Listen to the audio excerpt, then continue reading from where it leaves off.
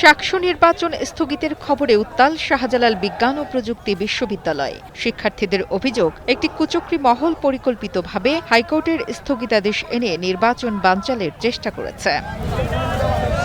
শিক্ষার্থীরা জানান, কোনো পূর্ব প্রস্তুতি ছাড়াই সব প্যানেল ও সাধারণ শিক্ষার্থীরা একত্র হয়ে কর্মসূচিতে নামেন। দাবি আদায় না হওয়া পর্যন্ত শান্তিপূর্ণভাবে মাঠে থাকার ঘোষণা দেন আন্দোলনকারীরা। আমরা আইনের প্রতি শ্রদ্ধাশীল।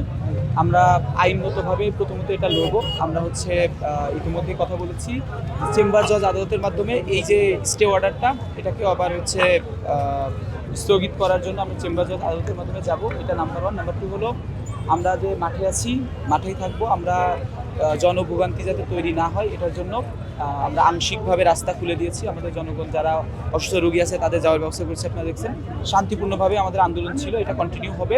আন্দোলনকারীদের দাবি, জনগণের ভোগান্তি এড়াতে আংশিকভাবে রাস্তা খোলা রাখা হয়েছে এবং জরুরি সেবার যান চলাচলের সুযোগ দেওয়া হয়েছে। একই সঙ্গে সারা দেশের শিক্ষার্থীদের প্রতি সংহতি জানানোর আহ্বানও জানান তারা। আমাদের এই বার্তাগুলো সারা দেশের শিক্ষার্থীদের কাছে আপনাদের মাধ্যমে অলরেডি পৌঁছে গেছে। আমি বিশ্বাস করি যে এই ষড়যন্ত্র, এটা নেপথ্যে যারা ছিল তাদের জবাব, তাদের জন্য ঘৃণা, তাদের জন্য তারা যে লজ্জাজনক ঘটনা ঘটেছে এটার প্রতিবাদ এবং নিন্দা সারা বাংলার শিক্ষার্থীরা অলরেডি জানাতে শুরু করেছে।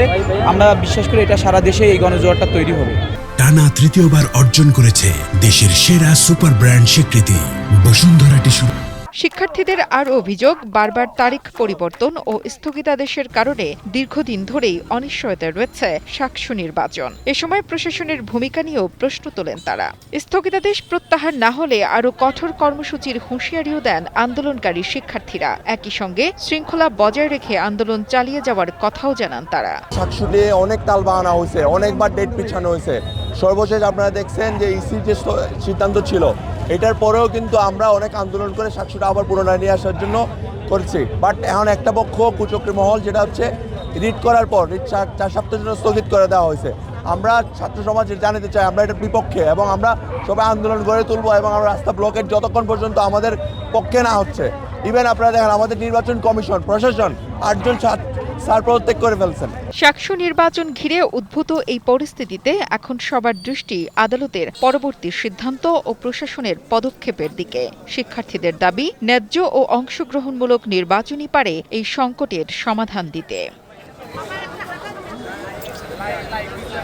কবির আহমদের পাঠানো তথ্য ও ভিডিও চিত্রে ডেস্ক রিপোর্ট, কালের কণ্ঠ।